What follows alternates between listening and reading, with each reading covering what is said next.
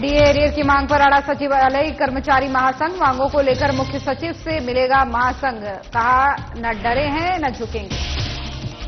संजौली अवैध मस्जिद निर्माण मामले को लेकर माहौल अब भी तनावपूर्ण। कई हिंदू संगठनों ने किया विरोध। 3 मांगों को लेकर किया गया विरोध प्रदर्शन। शिमला में मनाया जाएगा वन्य प्राणी सप्ताह। लोक निर्माण मंत्री विक्रमादित्य सिंह 2 अक्टूबर को करेंगे शुभारंभ। समापन समारोह में शामिल होंगे मुख्यमंत्री। आईआईटी मंडी ने मनाया 12वां दीक्षांत समारोह। 636 विद्यार्थियों को विभिन्न विषयों में प्राप्त की डिग्रियां। उत्कृष्ट प्रदर्शन करने वालों को मिला स्वर्ण पदक। सिरमौर में स्वच्छता ही सेवा के तहत कार्यक्रम आयोजित। सफाई मित्र सुरक्षा शिविर का हुआ आयोजन। लोगों के स्वास्थ्य की हुई निःशुल्क जांच।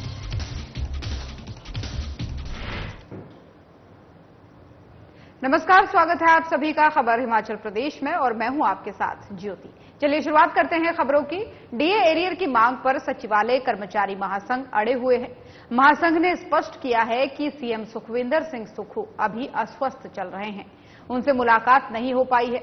उन्होंने कहा कि 2-3 दिन में अगर उनसे मीटिंग नहीं हुई तो जनरल हाउस फिर से बुलाने पर विचार किया जाएगा।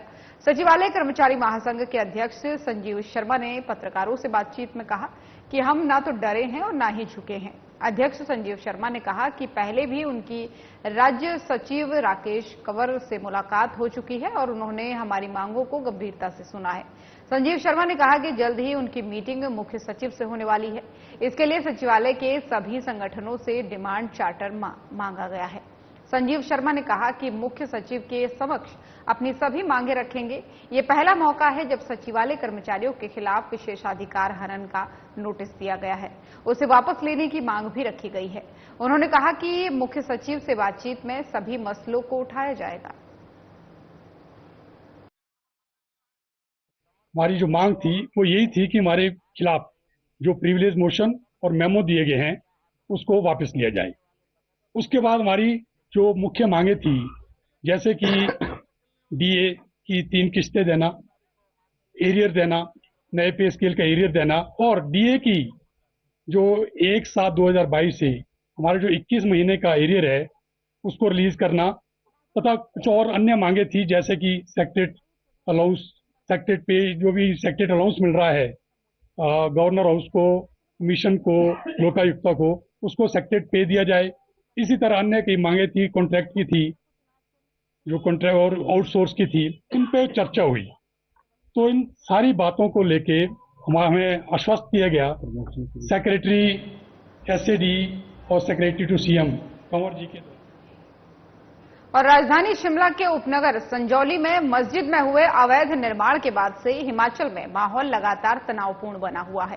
प्रदेश भर में विभिन्न हिंदू संगठन मस्जिद के विवादित अवैध निर्माण को गिराए जाने की जोरदार मांग उठा रहे हैं। इसको लेकर जगह जगह पर धरने प्रदर्शन कर सरकार पर दबाव बनाया जा रहा है और इसी कड़ी में शनिवार को शिमला सहित प्रदेश के हर जिले में प्रदर्शन किए गए। शिमला के डीसी ऑफिस के बाहर हिंदू संगठनों ने नारेबाजी करते हुए प्रदर्शन किया।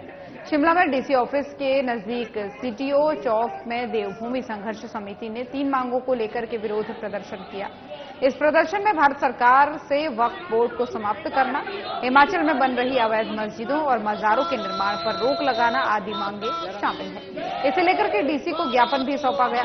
देवभूमि संघर्ष समिति ने वाम दलों के Shimla for piece and harmony banner तले आयोजित किया जा रहे शांति व सद्भावना मार्च पर देवभूमि संघर्ष समिति ने सवाल उठाए हैं। 23 सितंबर को देव संघर्ष समिति की प्रेस कॉन्फ्रेंस हुई। उस प्रेस कॉन्फ्रेंस के माध्यम से देवभूमि संघर्ष समिति ने संपूर्ण हिमाचल में आह्वान किया था कि हम प्रत्येक जिला केंद्रों पर आज के दिन शांतिपूर्ण धरना प्रदर्शन करेंगे। इस कड़ी में पूरे हिमाचल में अभी तक और मंडी शहर में शनिवार को नर्सरी टीचर ट्रेनिंग की महिलाओं ने अपनी मांगों को लेकर के शहर में रैली निकाली है। ये रैली सर्किट हाउस मंडी से शुरू होकर के स्कूल बाजार, चौहाटा बाजार होते हुए डीसी ऑफिस तक निकाली गई और मुख्यमंत्री और शिक्षा मंत्री को ज्ञापन भेजा गया। ज्ञापन के माध्यम से भारतीय जनता मजदूर संघ प्रदेश महामंत्री वीर सिंह भारद्वाज ने बताया कि हम सरकार से मांग करते हैं कि प्राइमरी स्कूलों में एनटीटी भर्ती की जा रही है, जिसकी नोटिफिकेशन 25 सितंबर 2024 को जारी की गई है। एनसीटीई के मान्यता संस्थानों से किए गए 2 वर्षों के डिप्लोमा को पात्र किया है। माध्यम से आज तक हमने अपनी मांगें सरकार के समक्ष रखी और सभी बहनों को भी घर से इकट्ठा किया। अगर मीडिया हमारे साथ सक्रिय नहीं हुआ होता तो शायद आज ये जो 2 वर्ष वालों की भी एनटीटी की भर्ती हो रही है ये भी नहीं होती। सबसे पहले तो हमारी आज सिर्फ 3 डिमांड सरकार से है। सर्वप्रथम तो पहला तो यही है कि इस भर्ती को जो एसपी गवर्नमेंट कर रही है हमें यही पता नहीं लग रहा है कि इस बात की हम खुशी बनाएं या दुख बनाएं, क्योंकि ये डिमांड हमारी थी, ये मांग हमारी थी। ये एनटीटी भर्ती को हम ही मांग रहे थे बार बार कि एनटीटी भर्ती की जाए, एनटीटी भर्ती की जाए, लेकिन सबसे पहले तो इस भर्ती को आउटसोर्स आधार पर किया जा रहा है जो कि उचित नहीं है। और जो एनटीटी का जो संघ आज हिमाचल प्रदेश से आया, जो यहाँ जो कार्यकारिणी के लोग आए हैं, मैं इनका भी धन्यवाद करता हूँ, आपका भी धन्यवाद करता हूँ। आज जो हम माननीय मुख्यमंत्री सुखविंदर सिंह सुक्खू जी के लिए एनटीटी भर्ती के लिए प्रदेश में वन्य प्राणी सप्ताह 2 अक्टूबर से 8 अक्टूबर तक मनाया जाएगा। इस दौरान कई कार्यक्रमों का आयोजन भी किया जाएगा। इस बार ये सप्ताह मानव वन्य जीव सह अस्तित्व थीम पर मनाया जाएगा, जिसके अंतर्गत शिमला के पॉटर हिल कंजर्वेशन रिजर्व में स्वच्छता अभियान, ठियोग क्षेत्र के शिल्ली मोहल्ला में चौहड़ पक्षियों को उनके प्राकृतिक आवास में छोड़ना, पॉटर हिल में विशेषज्ञों द्वारा वन्य जीवों पर आधारित गहन चर्चाओं के सत्र का आयोजन किया जाएगा।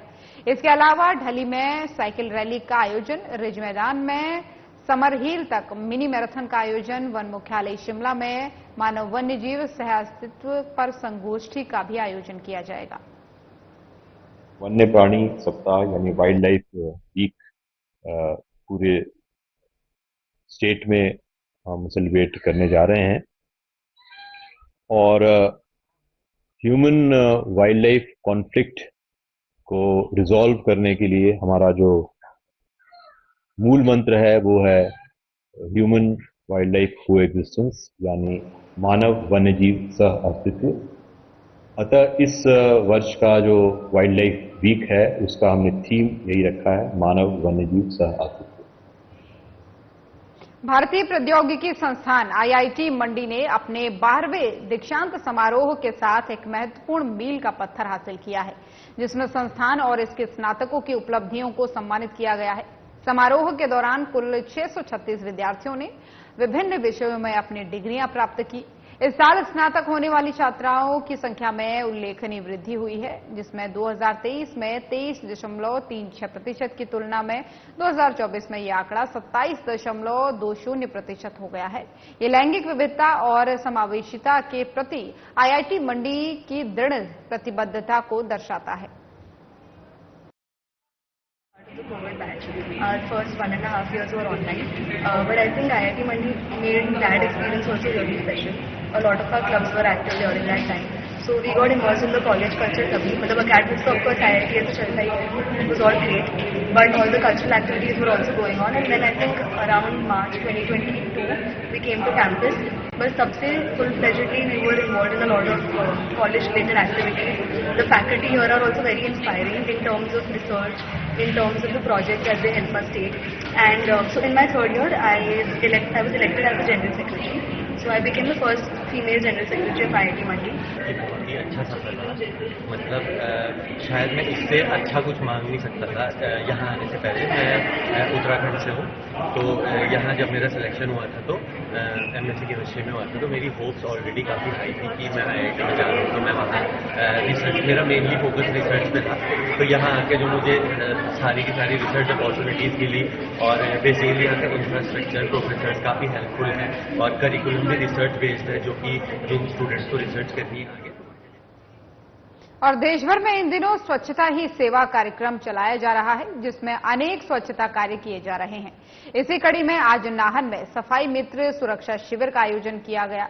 समारोह का शुभारंभ जो है एडीएम सिरमौर एलआर वर्मा ने जो है दीप प्रज्वलन के साथ किया। इसमें स्फटिकारियों से जुड़े कर्मचारियों के स्वास्थ्य की भी जांच की गई और उन्हें दवाएं भी यहां पर निःशुल्क प्रदान की गई। प्रबंधन का काम करते हैं, तो इन गतिविधियों से जुड़े हुए हैं, जो कचरा प्रबंधन से लेकर दूसरे कामों को करते हैं, शहर को साफ करते हैं। उन लोगों का एक तो स्वास्थ्य जांच का यहाँ कार्यक्रम रखा गया कि बेसिक जो स्वास्थ्य के प्रति कोई ऐसी समस्या सामने आती है तो उसका उपचार किया जा सके। और दूसरा जो अवेयरनेस है, जैसे कि आप देख ही रहे हैं, अवेयरनेस का कार्यक्रम किया जा रहा है।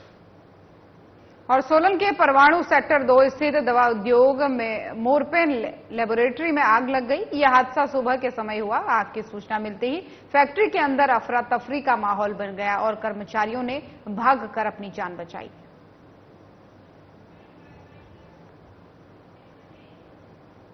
तो खबर हिमाचल प्रदेश देख रहे थे आप। बुलेटिन में फिलहाल इतना ही। खबरें लगातार जारी हैं। नमस्कार।